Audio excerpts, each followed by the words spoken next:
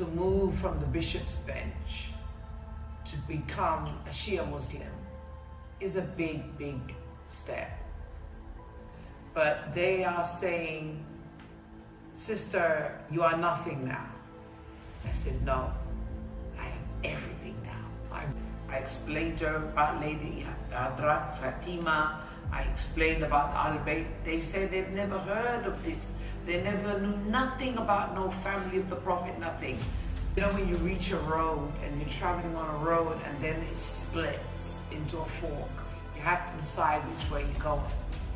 So then he says, go back and read the red again. So I went back into the Bible and read the red again.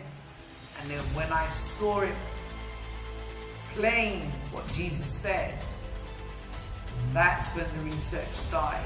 I said, oh my God, I've made a mistake. Okay, we all make mistakes. This is a serious one. Souls are riding on my back. I cannot know this and conceal it. To me, I was completely convinced now. Completely. So to me, it was nothing.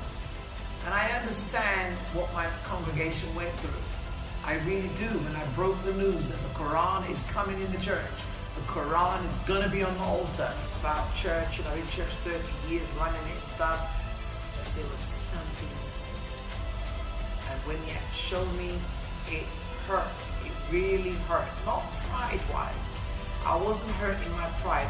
I was hurt to know that all these years and all these people, what am I going to do now? So I took it down and asked the church to give me 1 year to prove that Shia Islam is the only way we're going to make it. I'm going to go through a couple of texts that brought severe conviction, that I had to step off the bishop's bench.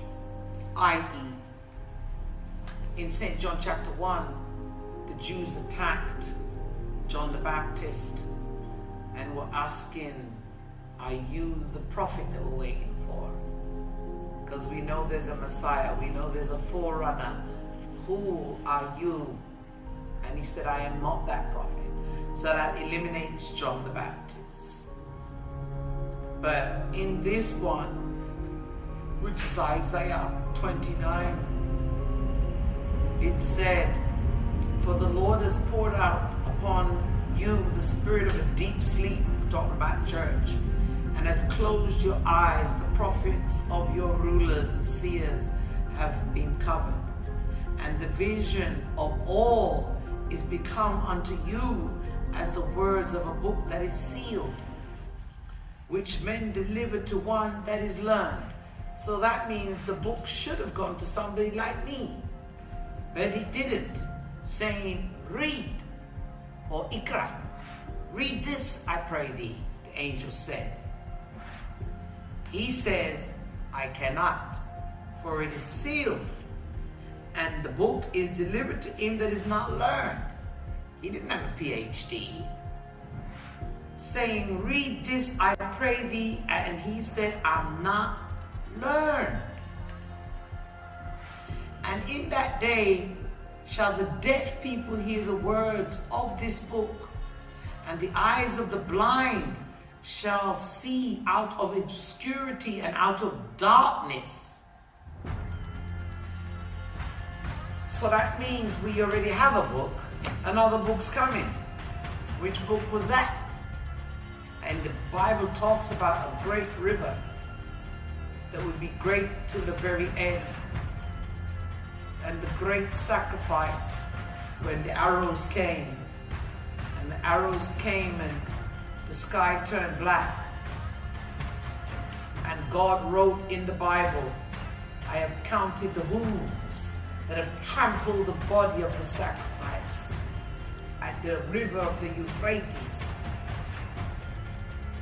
I said, what sacrifice? What horses? Why did the sky turn black? The amount of arrows that came towards them turn the sky black. And Allah subhanahu wa ta'ala, or some people call him God, you know,